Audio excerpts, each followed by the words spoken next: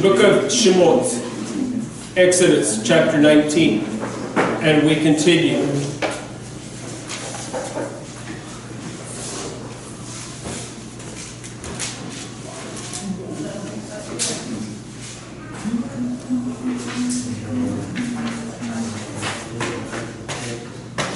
I'm going to tell you that we're not going to reiterate everything that we spoke when we spent 2 weeks talking about Kolot, the voices and such as that, so we're not going to reiterate except for some points here. We're still partly in 16 and we'll move on, but we're not going to go back over it. We showed you the word Kolot, the word that for thunder is voices, the missing vowels, the two missing vowels in this scripture, in this verse 16 of 19, and then again in 17, I believe it is, of chapter 20. Again, it speaks to the thunderings, and there's one missing vowel there, and so the three missing vowels, and we spoke to that concerning Hashem, that God thunders, His voice is that of thunder, of thundering. And so interesting things coming as well as we look at these. It came to pass on the third day when it was morning that there were thunderclaps and lightning flashes. A thick cloud was upon the mountain, a very powerful blast of a shofar, and the entire nation that was in the camp shuddered. Moses brought the people out toward God from the camp, and they stood at the bottom of the mountain. And the entire mountain smoked because Adonai had descended upon it in fire, and its smoke ascended like the smoke of a kiln, and the entire mountain quaked violently. The sound of the shofar grew increasingly stronger. Moshe would speak, and God would answer him with a voice. God would answer him with a voice. And so we have this very interesting exchange taking place. This being not just once in a lifetime event. We have a solar eclipse coming up. And the last time this type of solar eclipse occurred was 100 years ago. How many of us were alive 100 years ago? The closest one of this assembly would be my mother. She's 93 years old. But even she was not here at that time. This type of eclipse, a full solar eclipse that will go from the Pacific to the Atlantic. The width of the nation. And the last time this occurred, once in a lifetime event. And so the nation is excited. NASA is sending up jets that day. What day? I think it's what day is that? 21st. The 21st. NASA is sending up jets that day to track the eclipse all the way from coast to coast, to track the eclipse all the way across the nation, all the way across the continent. Southwest Airlines has special flights that you can catch in the mid portion of the nation. You can catch flights to go up there, and they will put you on a special jet, on a special flight, a special airliner, and that airliner will go up and you can watch the solar eclipse from the air. You can buy tickets and you can go up and watch the solar eclipse. Okay. Yeah, cool. NASA is also requesting that what do you call them? The average person, pseudoscientists, what have you, I don't know what you call them. Scientist wannabes who are doing experiments, taking pictures and such as that, photographs, all of that kind of thing, just send your information in. They want your information. So now down here, we're not going to get all of it. We're going to get I think like a half eclipse or something to that effect. We won't see the whole eclipse. Will be seen like from, I think it's like from Oregon, Washington, and then down across to South Carolina, and then we'll go right across the mid of the country. And And so we'll see part of it, but we won't see all of it, but the middle of the country will see all of it. So, this is a once-in-a-lifetime event. People are excited about it. The science world is excited about it. NASA's excited. And people are paying money to go see these things. A once-in-a-lifetime event. What's happening here at Har Sinai is not a once-in-a-lifetime event. Let me say this, it is not even once-in-a-generation event.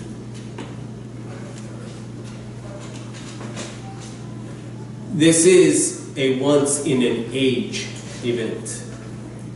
This is kind of like those comets and those stars that only pass by every 3,000 or 4,000 years. It's like that. Saying what? The next generation, they're not going to see, the children that are born after this, they're not going to see any of this. They're only going to hear about it.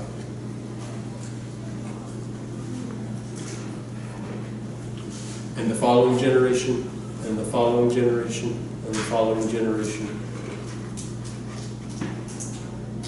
And the only event that is likened to it is the coming of the Mashiach, the coming of the Messiah. The only day that will rival this day, and in fact will be greater than this day, will be the arrival of the Mashiach. So it's not a once-in-a-lifetime event. It's not a once-in-a-generation event. We can say it's not even a once-in-an-age event.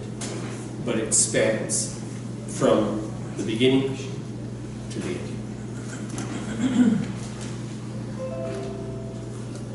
In saying that,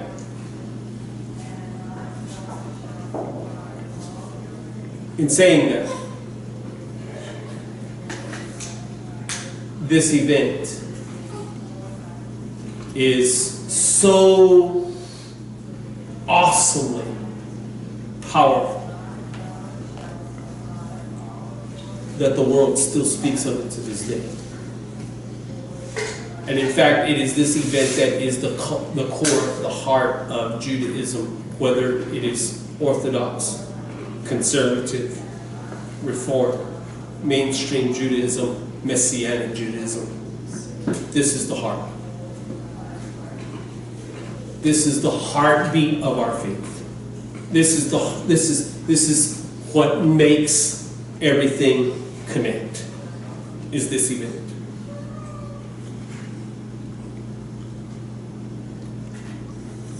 Thus, the rabbis teach us that though I was not physically, personally there, I must make it real for me.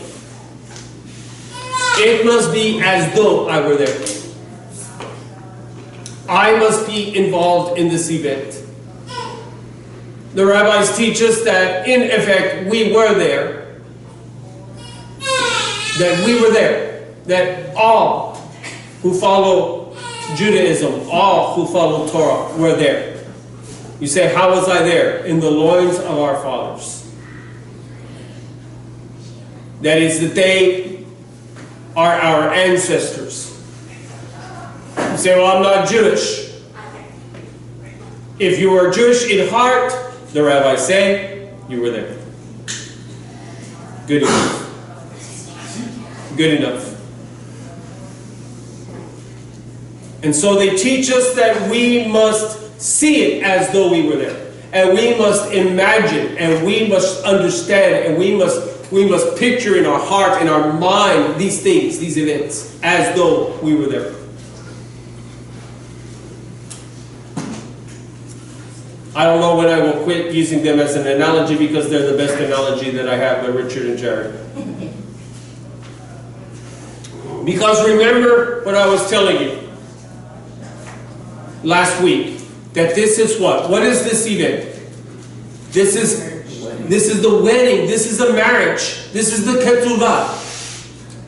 This is the marriage between God and Israel. Between Hashem and Yisrael. This is the wedding. And Hashem is presenting to Yisrael the ketubah, the contract.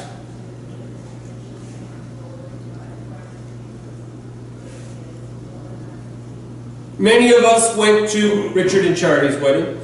Took place, probably almost all of us here, but some did not. For those who could not be there, what? It was videoed, and we put it up on YouTube, and we put it on the Facebook sites, so that what? Even if you were not there, what? You could participate. You could watch, and you could listen, and you could witness, and you could at least in this way participate. Now, understand this, that is watching the video the same as being there? No. No. What's missing? Interaction. Interaction. Though you hear, you don't hear everything. You don't get the feeling of it. You get some, but you do not get all. Right? Yeah. The sound is not exactly the same, and you don't feel the wind coming out of the southeast off of the Gulf that warm afternoon. And you don't smell the smells. And it's like watching an NFL game on TV, right? It's kind of like you're in the stadium, but not really. Why? Because if you're really in the stadium, what? You can stand up and sit down with the crowd, and you get the feeling of the crowd. You get the emotion of it. You smell the smells of the food and the people next to you. You can hear all of the echoing and the voices down on the field of the players and such as that. You're there, you're a part of it. You can look around. When you're watching it on TV, you can only see what the TV is showing you. But when you're really there, you can look around and see the people behind you and to the sides, and you can see all the signs and the flashing and all of these kinds of things. And you're not being directed by someone else as to what to see. It is what you choose to see. You're there. It's different. And so we are to seek, we are to strive to put ourselves in that place, in that situation, as best as we can, understanding that we will not understand the reality of what those people understood. We will not see what they saw. We will not feel what they felt. But we are to do the best that we can to put ourselves there in that situation. We do not have the 360 degree perspective. We can see what Torah shows us. But we are still to try to put ourselves there in that event. Why? Because it is for you and for me as well.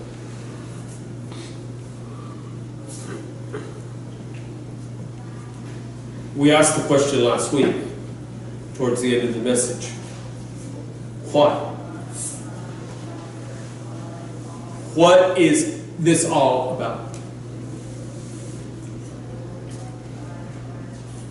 Thunder, the sound of thunder, literally rocking the valley. And as we learned that these are the voices of God Himself. That there are three of them calling out to one another. The flashes of light. The lightning. And this lightning, this is not the lightning that you see in a distant approaching storm. This is the kind of lightning where the storm is right on top of you. We had storms the other day, right? With a lot of lightning. And I was driving home in the middle of one of these storms. And the lightning struck. I was driving down the road, down the highway, and the lightning struck. Field on this side and a field on this side, a two-lane highway, and the lightning struck right in that field. Flash, nearly blinding me. I'm serious. You're going about 50 miles an hour and that happens. It gets your attention really, really fast. You hit the brakes. Why? You can't see, and it scares the dickens out of you. Because when you're that close, it's not like when there's an approaching storm and you see the light flash and then what? 30 seconds later, boom. This was instantaneous. The light flashed, nearly blinding me. The car shook.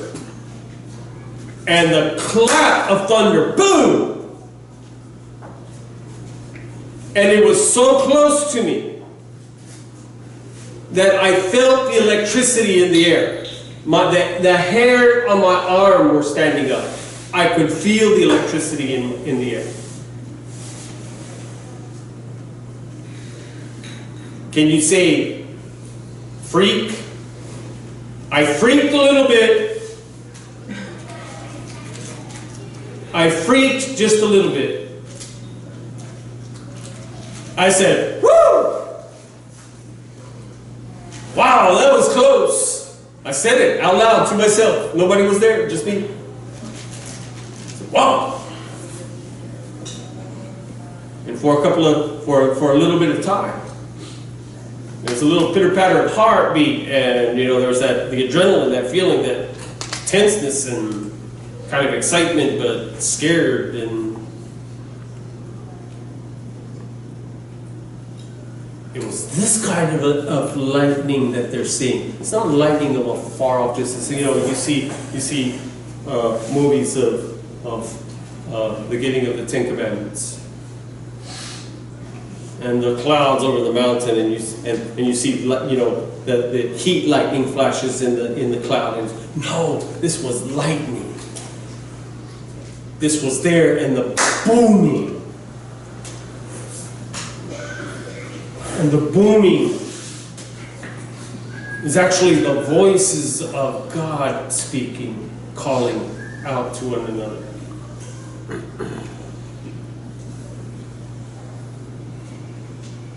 There's an electricity in the air. There's a feeling in the air. After a storm, the air is ionized, right? It's been magnetized by the electricity so that the molecules are lining up by magnetism.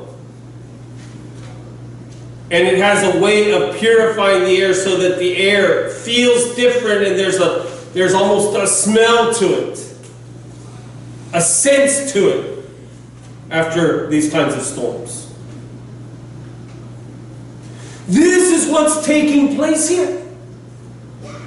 This is the event. This is what's going on here. It's like they're not watching a storm approaching them in the distance. It is literally that this storm has gathered on top of them, and there are deep, hard thunderings so that the very ground is shaking underneath them. There's lightning flashing over their head. The air is becoming ionized. There's a prickliness in the air. Their hair is standing up on edge. Their skin is crawling. They've got goosebumps.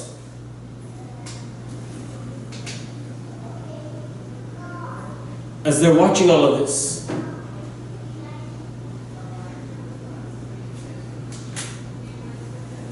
And all of a sudden, in the midst of all of that, they hear this.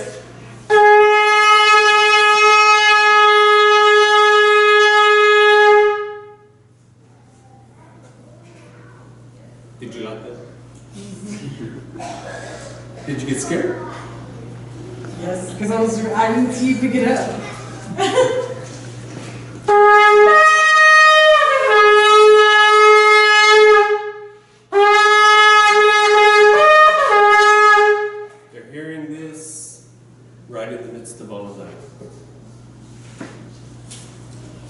And Amelia said, I don't want to get out of bed. Oh man.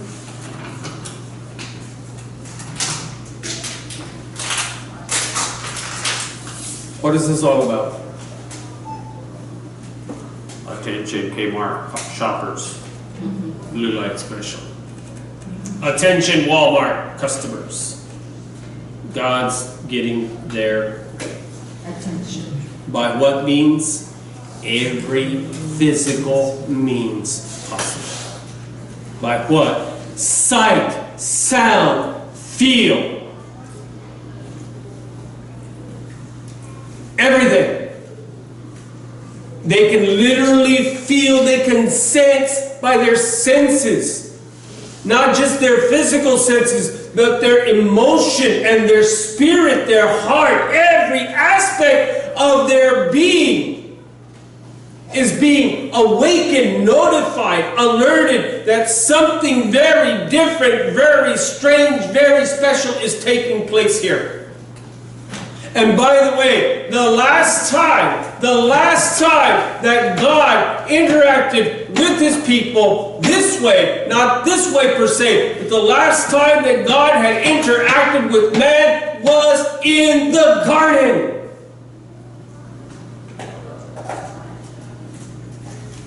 Before the fall.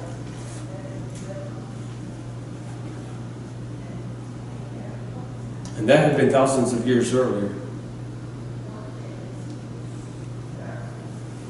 Therefore what? The king, the groom, is announcing his arrival. By what means? Every means possible. You see, they were seeing such things, and hearing such things, and smelling, and tasting, and feeling such things that they would never, ever, ever forget. And not only would they never forget, but so extraordinary was their involvement, their absolute sensual involvement in this, that this story would be passed down generation to generation for thousands of years. That's how extraordinary this event was.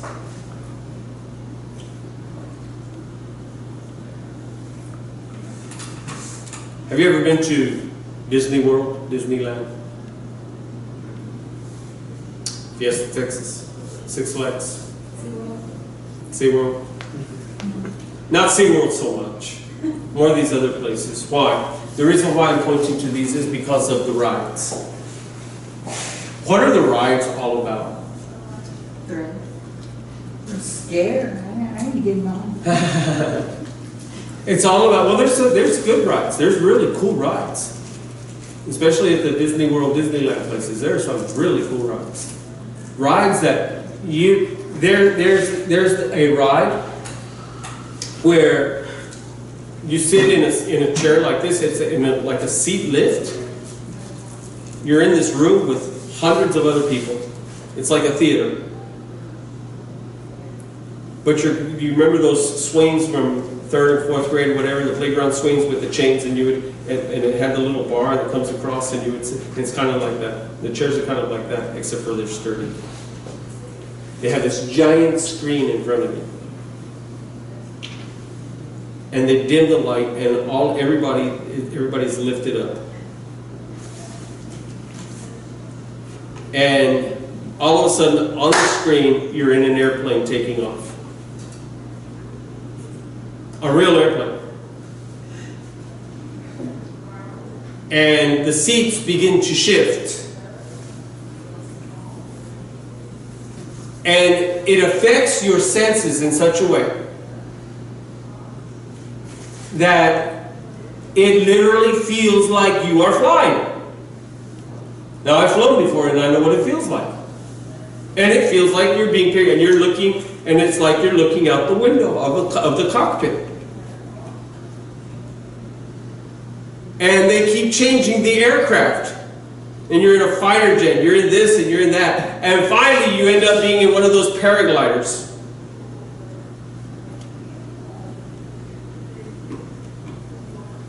And you're just kind of soaring over the Pacific Ocean. And there's mountains, and you pass over the cliff, and it drops away, and it feels like it actually drops away. Dreams like Now, the reason why I'm saying this is not to waste your time. The reason why I'm saying this is that's why these rods are this way. It's all about your senses. It's all about sensory perception. What you perceive. Are you really in an airplane? Are you really on a glider? And the way they do it, it is to such an effect. It is so effective that it feels like you could actually fall off. You're hanging on. And yet, can you fall off? And if you did, where would you go? 2 feet to the floor? You felt like you were up in the air. This great height, and yet you're only 2 feet off of the ground. It's kind of like the kid who's drowning, right? And the parents are there, stand up! Stand up! And finally the kid stands up and they're only in waist deep water.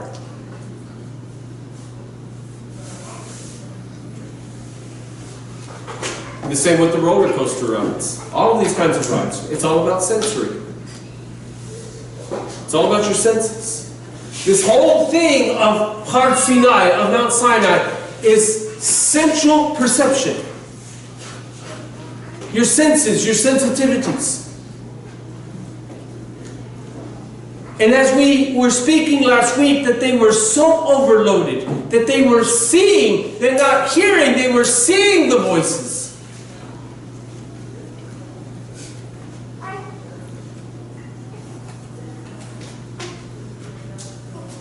And in the midst of this, the shofar blasts. So I want to ask you this question.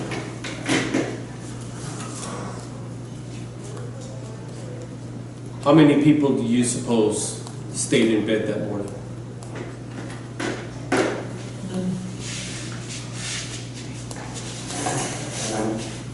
How many people do you suppose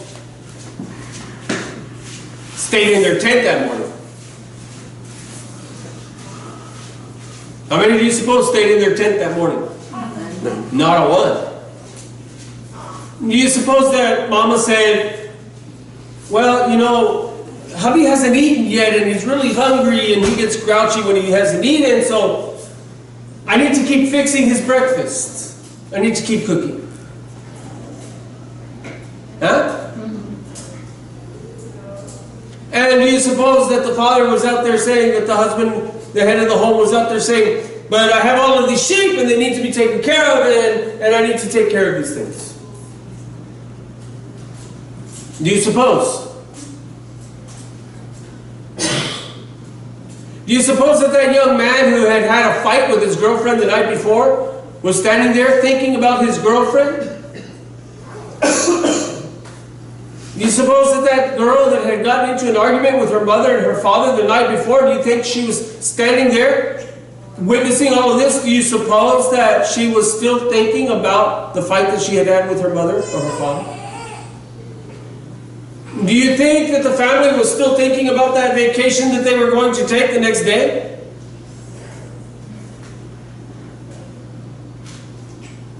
What had happened at work yesterday or last week? The bad things that happened, the good things that happened, all of these things. What do you suppose the people were thinking about at this event? Pay attention. What do you suppose the people were thinking about at this event? They were seeing and hearing. What's going on? What was going on right now? What's going on? My goodness, the thunder is shaking the mountains. The lightning is flashing right next to us. We can feel the electricity, the ionized air. We can sense it, we can feel it, we can taste it, we smell it, we see it, we hear it. Every sense of our body is being consumed by this. And do you see that this is the purpose of Hashem, so that there was nothing else on their mind? Nothing else was in their heart at that moment. I hope I did not hurt your feelings this morning when we sang that first song and we stopped so I could fuss. Why? This is why. Because How many of you here are humans? You're human beings. Are you a human being? Yes. Well, I will tell you that I'm not from the planet Krypton. I'm also a human being. I'm an earthling, earthborn, earthbound, just like you. So let me tell you what happens to me. So what happens to me in the morning is this.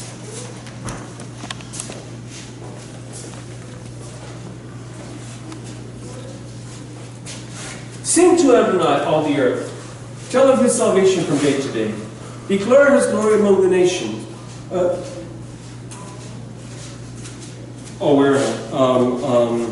Let's see. Oh, there are like 3 verses ahead. Ascribe to Adonai, all families of the people. Ascribe. I wonder why so-and-so's not there. Oh, yes, we're here. Tremble before him, all the earth. Yes, the world is his. You know what the rabbis say? Hear me. You know what the rabbis say? How many of us, when we are reading the readings, when we're doing the brachot, saying the blessings, reading the Psalms, we stumble on the words? You stumble? You know what the rabbis say? You know why you stumbled? Because you were not concentrating. Because your mind went somewhere. Even for a split second, you got distracted. You know what the ruling is? If you get distracted when you're saying a psalm, or you get distracted when you're saying a bracha, you have to start over. Why? Your heart was not really in it because you allowed your mind to whoo.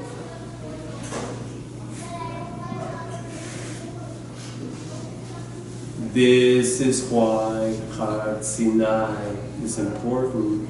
What God got their absolutely focused attention on himself and on nothing else. They were not thinking about breakfast or lunch or where they were going to go or what they were going to do. They were not thinking about their finances. They were not thinking about their problems. They were not thinking about what happened yesterday or the day before. What were they thinking here? What were they thinking? What were you thinking? You ever have somebody say that to you? That's usually something that mom or dad says, right? What were you thinking? Sometimes your boss. Sometimes your friend. What were you thinking? No, that was not it. Why? God had their absolute attention.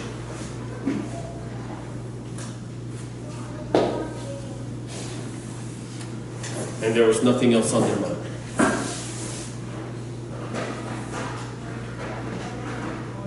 Nothing else. So, we get up in the morning. I'm telling you what happens to me. You know, I'm on my way to work, driving down the highway, right? And I'm saying, Father, bless this day and have your way. And guide and direct me. And, oh, watch out that dog. Right? And what? About 5 miles down the road. Oh yeah, I was praying. Sitting there praying. And Father, I have these financial needs. I'm in a hole. I don't know how I get out of it. I don't know how I'm going to get. And then this cool song comes on the radio. We start singing to the song. And then what? You forgot your praying.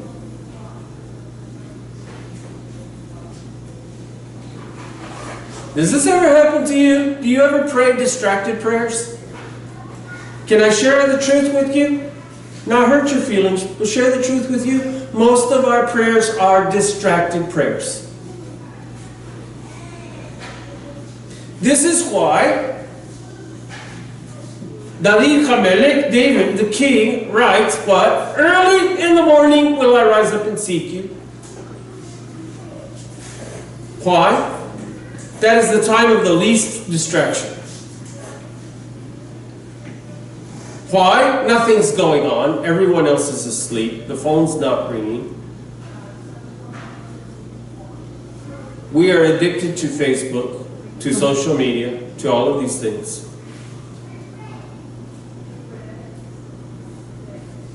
What would you do without your phone?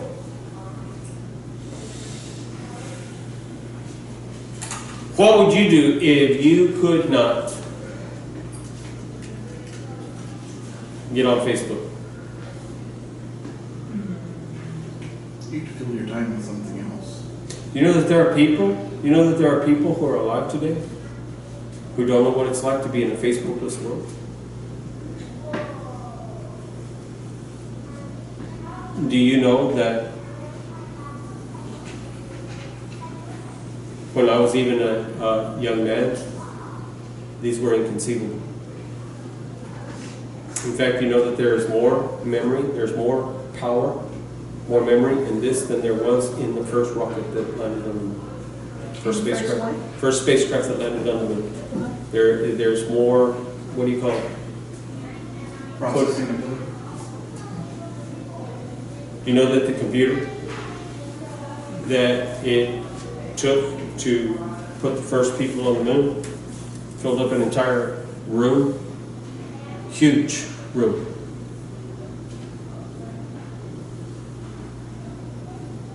And it had less ability than your phone, much less a laptop or a desktop.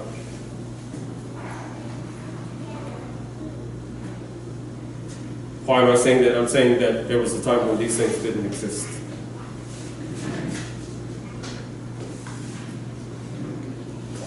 Now for me, because you see, every generation can say this, we grew up with TV. Now TV was just coming into being, into its own. Our family got our first TV in 1965. I was in first grade. Now there were TVs, television 10 years before that. But back then, only half of the households in America had a TV. In the 1960s, only half of the households of America had a TV. And of that, they had one TV, and it was a black and white. It was considered to be a family. And it was kept in the family room. Today, most of us have. In the kitchen, in the driveway. Yep. Very practical.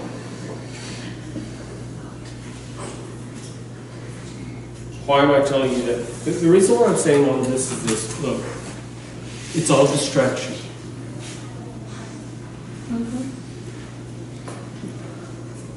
The book of Daniel, the prophet, Hanavi Daniel, tells us that in the last days that there will be an increase in knowledge.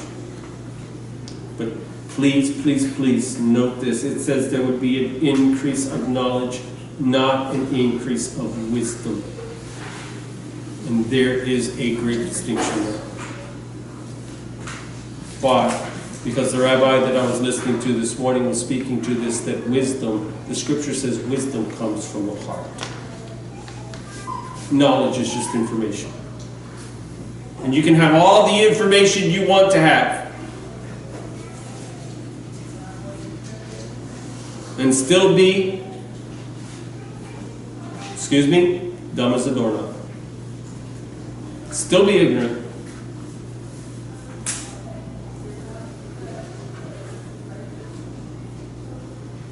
Not trying to insult you, I'm just saying, I'm being honest with us here, all of us. Why? Because the day is coming when we're going to have this experience with God. And we are called over and over and over again, what? To prepare, to be ready. What is that great saying? You see it in the westerns and such as that. The bad guy comes out with the gun and he says, or the good guy. He has the guy at gunpoint, he's getting ready to shoot the guy, and he says, what? Prepare to meet your God.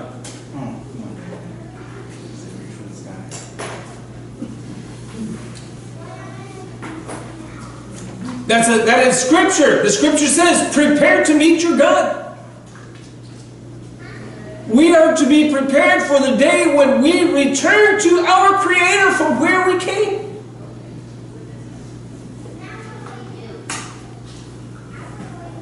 And what is our life but distraction?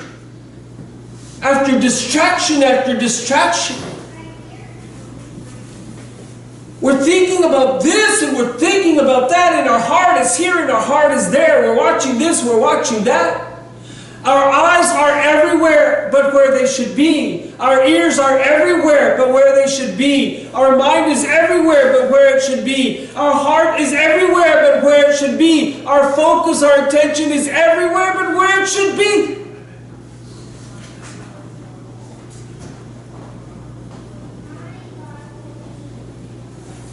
We have grown so distracted. We live in such a distractful world that we even need distractions from our distractions.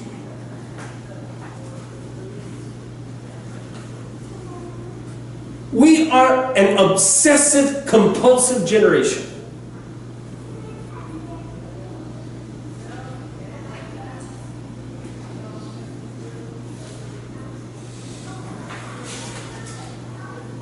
You say, what do you mean that we are so obsessive compulsive? We're exactly that. What? I want it? When? No. Yesterday.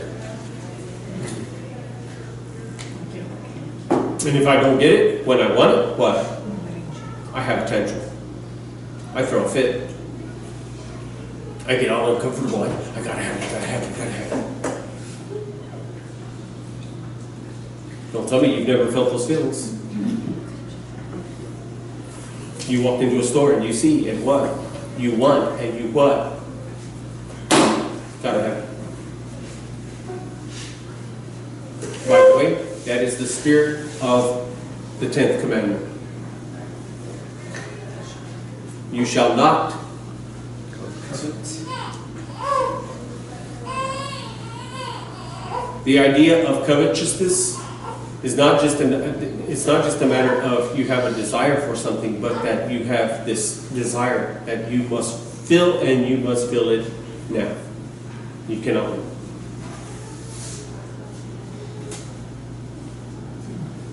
You notice that we covet those kinds of things, but we do not covet the things that we should covet, which is what? More time with God. A closeness with Him. Here's the truth for all of us here. We have a difficult time coveting holiness.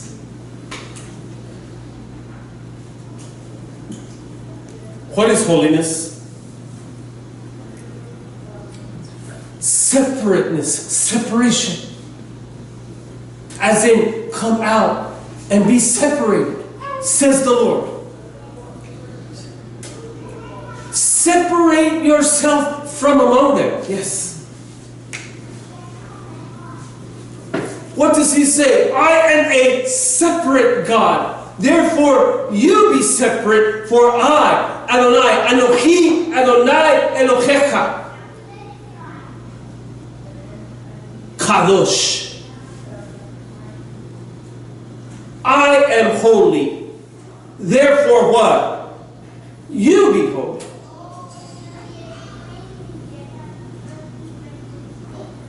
What we're saying here is this, that God took them where?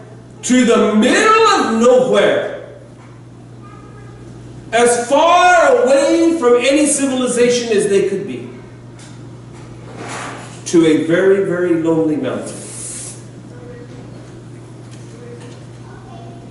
And it was there that He displayed all of His wonders. That He revealed to them His attributes. Who and what He is and what He requires of them. Come on. Tell me. You have never asked God to reveal Himself to you.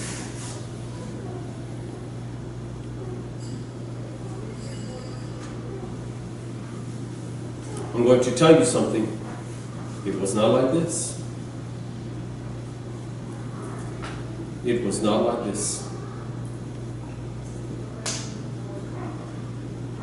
If God did reveal something of himself to you, it wasn't even a drop in the bucket. I do not say this to your condemnation. This is for all of us. I'm being honest and truthful with us. I'm trying to...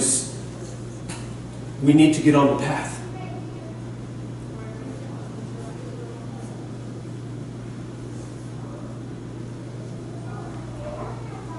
Why does God not do this? We're asking this question during the Tree of Life classes. Why does God not answer our prayer?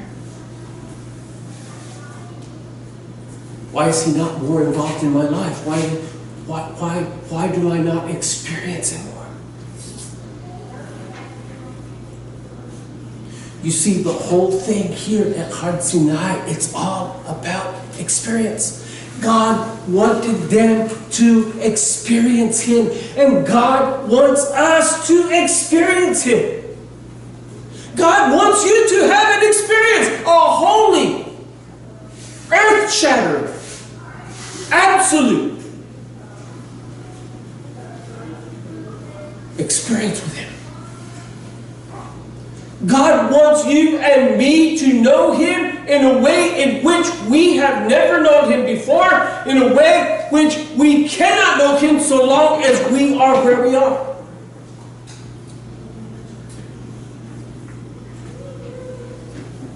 And we cannot go to the mountain. We cannot go to the mountain so long as we're living in the world of distraction.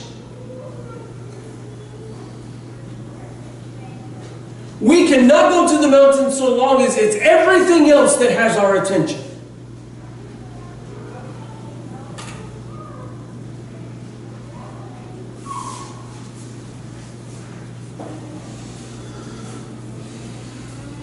He got them out there in the desert in Hamidbar, alone, in the quietness of everything. There was nothing there.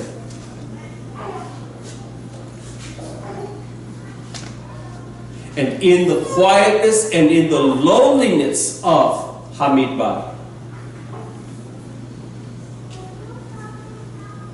in that time, what?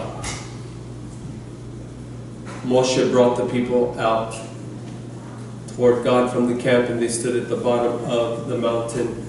The entire Mount Har Sinai smoked because the Lord had descended upon it in fire and smoke ascended like smoke of the kiln. The entire mountain quaked violently. The sound of the shofar grew increasingly stronger. Now listen to these words. And Moshe would speak, and God would answer him with a voice.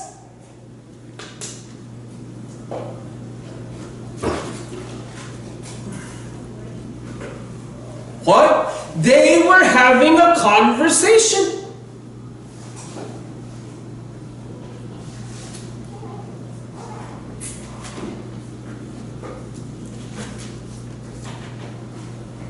Moshe would speak to God, and God would answer him back, just as whom? Just as Adam. That the voice of God would come down in the cool of the evening and speak with Adam and Chava as they walked through the garden.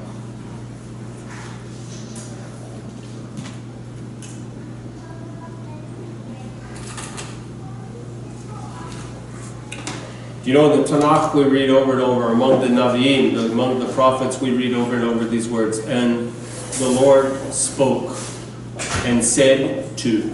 The Lord spoke and said to. The Lord spoke and said to.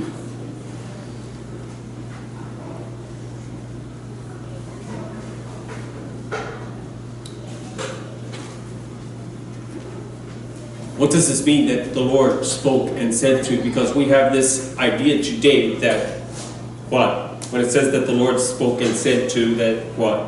He's speaking. But coming from our Christian roots, and particularly our evangelical roots, what? He speaks to our heart. I hear him in my mind. It's emotional. Yeah, I can hear the voice of my wife in my head.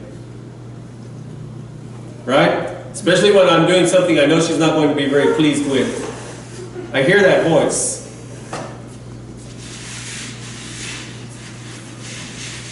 We dismiss things like this today. It's too mystical for us.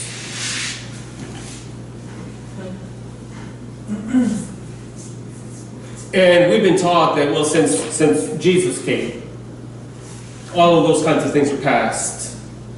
God doesn't speak to us like that anymore. No, God doesn't speak. It's not that because Yeshua came and all of these things that God does not speak to us like this anymore. It's because we're not living that way anymore.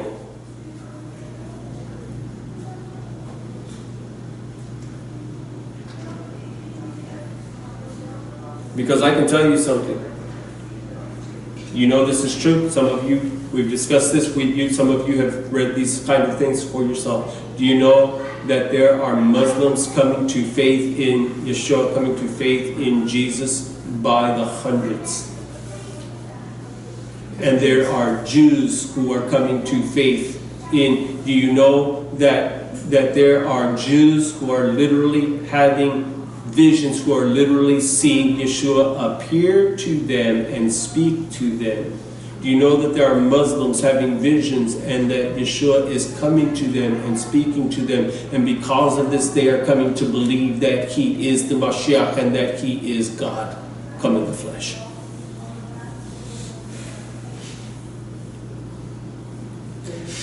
There's even a story of a Ukrainian girl. There's a book that she would paint things that God, she would tell her things, and it was God who told her. She didn't have any kind of church upbringing, and it was because of her believing, her faith, and the things that God was telling her, things about Yeshua, that her parents eventually came to believe in Jesus, and now through her paintings, that's what she does, is she tries to show people that God exists. Mm-hmm. Most of you are famous with Rabbi Yitzhak Shapiro, Messianic rabbi, raised in a Sephardic Orthodox home,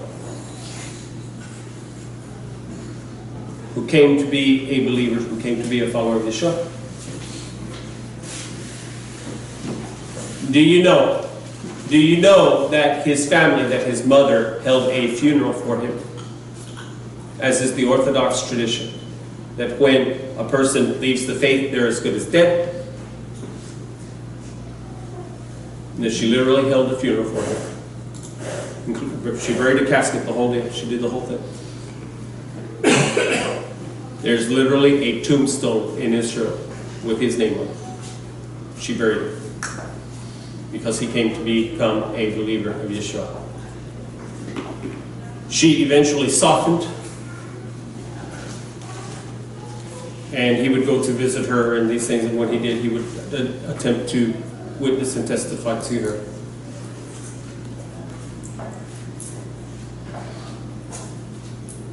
She became very ill. She was dying. He went to see her.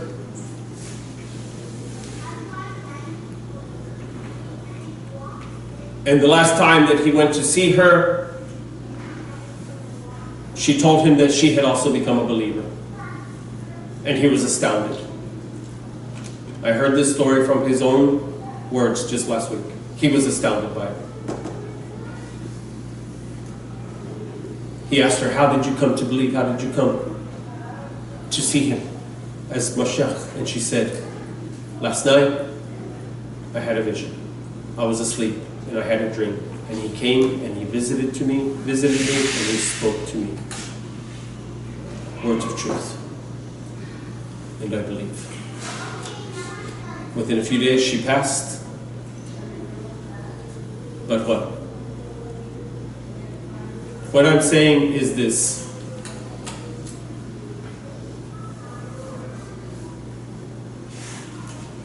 The reason why we do not have such interactions with God is because we're very distracted. And we're looking everywhere but to the mountaintop where He is.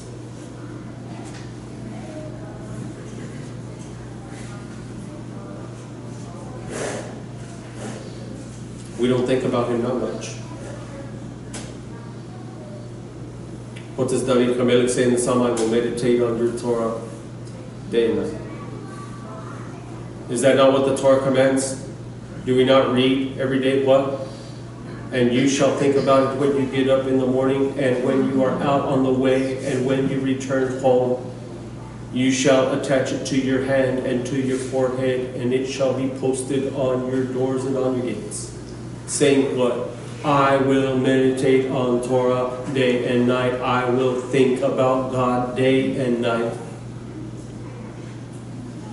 In the morning He is my blessing, and in the evening He is my song.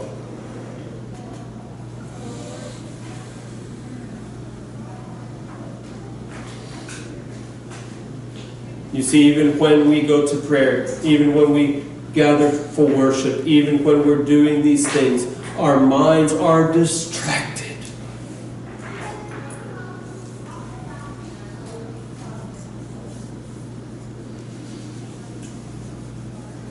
So, you're getting married. I've seen this happen sometimes. The bride and the groom are standing there. The rabbi, the preachers, reading the vows. And that person's not listening. And they have that deer in the headlights look in their eyes. They didn't hear what the vow was. What'd you say? It's understandable in those conditions. Have you ever been talking with someone, and you're in the midst of a conversation, and they begin to sound to you like Charlie Brown's teacher?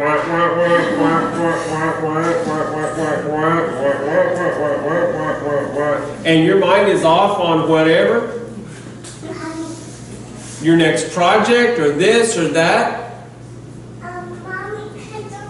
And then you come back in about 2 minutes and you realize that your last 2 minutes have disappeared from your life and you don't know where they went.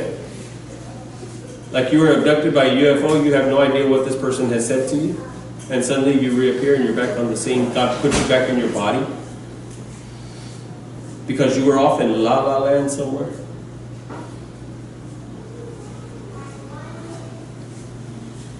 Let me share a little secret with you. That's okay when you're talking with someone you don't know or something like that. We all do it. It happens to us. It's not a very good thing to happen between a husband and a wife.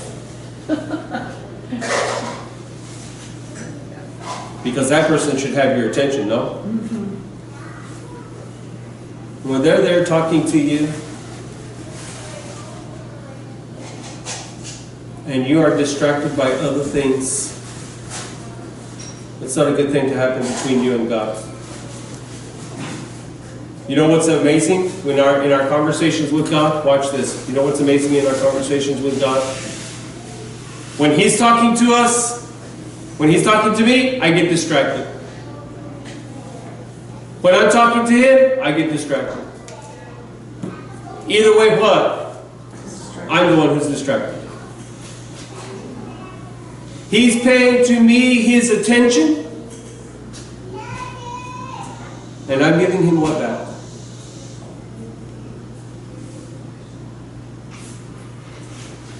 So we close with this.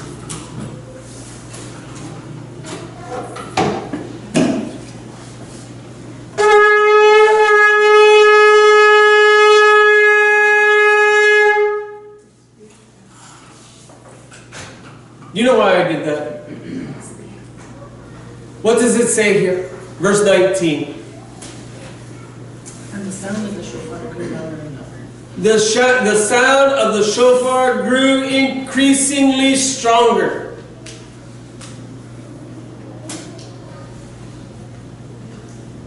Okay, so watch. Ready?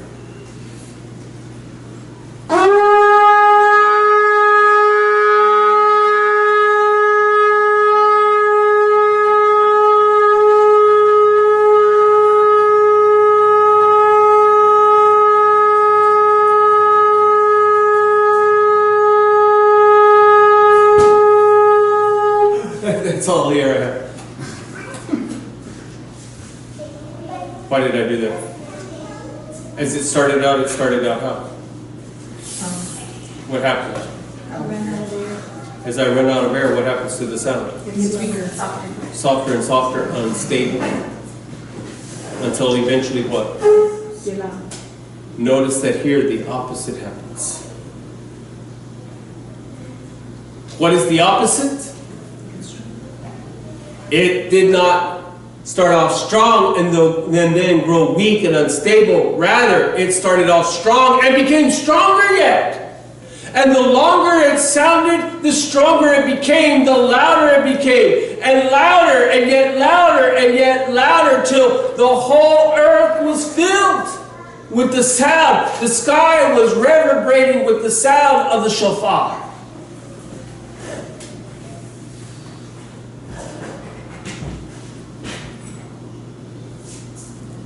What is this all about? What is the purpose of the shofar? To get our attention.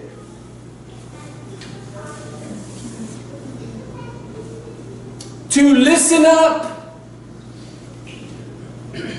But you notice that the longer it blew, the louder it got, the stronger it became. Why? It's speaking to our relationship. This is a wedding. This is a marriage. For many couples, the longer the marriage goes, what? The weaker the relationship becomes. Till eventually they're not even speaking to each other. There's no relationship at all. But with God, it ought not to be this way. With God, the longer we walk with Him, the closer should be the walk, the stronger the relationship, the louder His voice should be to us. You see, it should be, when we first start out and the conscience convicts us. Here and there, here a little, there a little, touches us here, touches us there. But it should be so much so, the longer we walk with Him, that we can, as it were, that we can hear His voice speaking to us. Do this, do not do that. Live this way, don't live this way. This honors me, this does not honor me. That He loves us and He wants us and He's sharing with us in all of these things, so that we have this relationship, this unbreakable bond, this communication.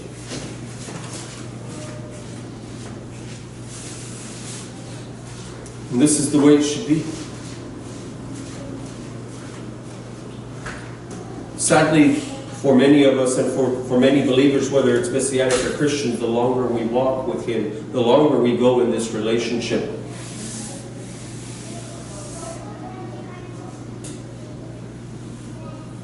the less we are touched, the harder our hearts, the less we hear, the less we listen.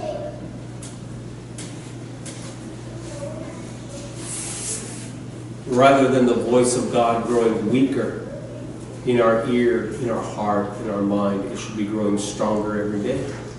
And there's only one way for that to happen, and that is to keep a close relationship. You see, when the voice of God becomes weak to us and silent to us, it's because what?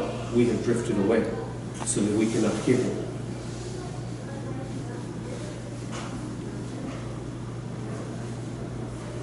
I often use this analogy. It is as training a horse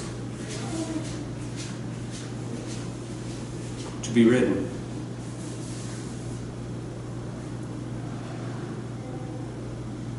When a cowboy brings in a green horse, a horse that is unbroken and unbridled,